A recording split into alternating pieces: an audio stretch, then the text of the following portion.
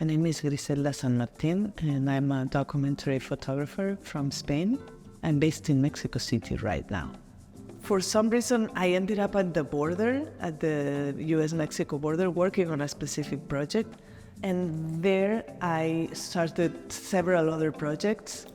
I realized that the conversation about immigration was very framed as a political debate, but it was missing out like the human side of it. So I wanted to tell stories that would highlight those things that were not spoken about, that were left out of the conversation. So my focus is within the subject of immigration on family and the diasporic experience. I want to talk about how immigration is not just a moment in time. It's not just the border crossing. That's what's talked about mainly. I want to explore the complexity of the issue. So who are these migrants? Where do they come from? Why do they come here? What are the sacrifices they make, or what are the contributions to the new country that they arrive? My images differ a lot from mainstream media news images. I work on self-funded independent projects. I choose to challenge these stereotypes and to tell stories of immigrants with agency, with the humanity, dignity, respect.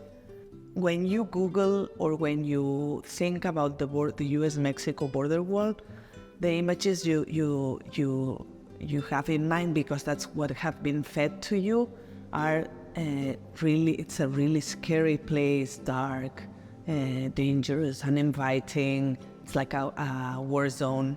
I want to combat these stereotypes. I think there is a need for a new conceptualization that goes beyond this logic of borders that separate those who belong and those who don't belong, and has to be more centered on these created spaces of belonging that immigrants are forming. The Wall is a project I did in Tijuana. It's in a place called Friendship Park. It's a binational park, which is a meeting place where families who are separated by the border can meet and share some time, some moments. So the only way they could see each other was in this small place. That's the only place along the U.S. Mexico border that it was officially established as a meeting place. Unfortunately, it's closed now.